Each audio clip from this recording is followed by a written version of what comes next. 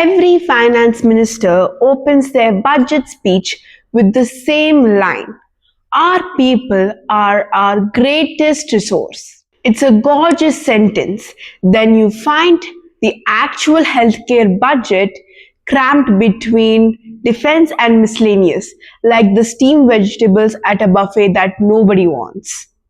Nobel Prize winner Robert Fogel proved something economists love to cite while politicians pretend not to hear.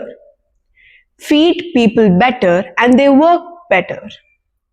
Fed workers built the Industrial Revolution while the sick ones built excuses.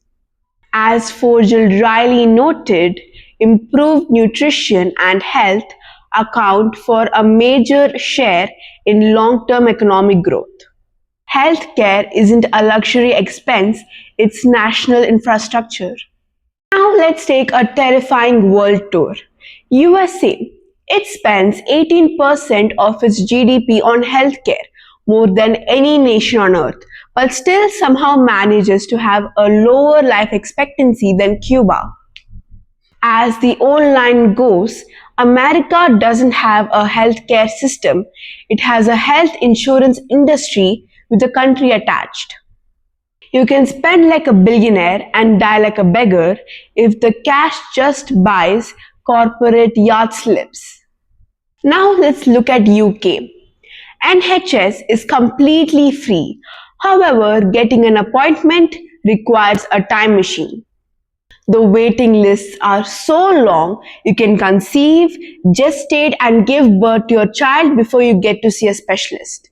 A free system that nobody can actually access on time isn't healthcare.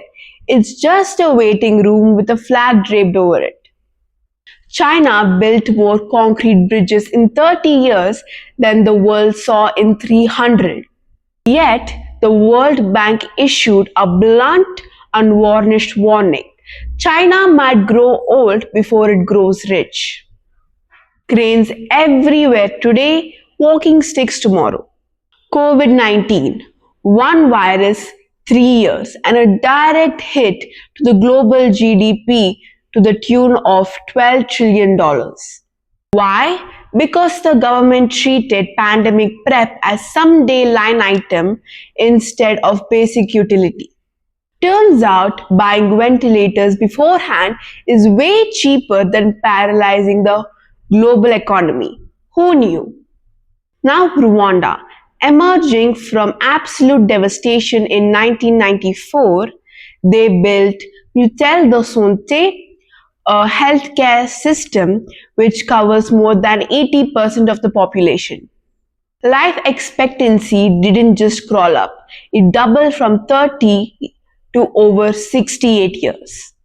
They treated health as an economic rocket fuel. While others were busy buying body bags, Rwanda built a booming economy by deciding that keeping citizens alive is actually a fantastic business model.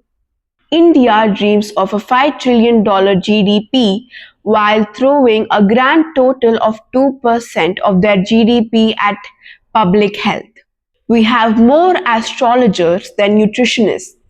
We'll spend 2000 rupees for a horoscope reading to fix our stars, but refuse to spend 400 rupees to get a blood test to fix our blood. Shani we fear, sugar we ignore. And the result?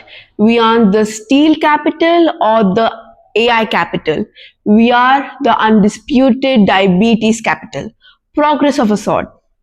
The World Economic Forum predicts that lifestyle diseases will cost the world $30 trillion by 2030. That's bigger than US and Chinese economies combined, lost not due to nuclear war, but due to sugar, stress, ergonomic office chairs. Nobel Prize winner Amartya Sen put it best. Development is actually expanding real freedoms that people enjoy. And you don't have freedom if you're hooked to a ventilator. Health, income, and education are the three engines of a nation's plane. Turn one off and good luck landing that GDP target. So the next time a politician brags about economic growth, ask one question: growth for how long and work by whom? Strong people build strong economies. Weak health systems build endless queues. This has been Real World Economics. Go take a walk seriously right now. That's it for this week. See you next time.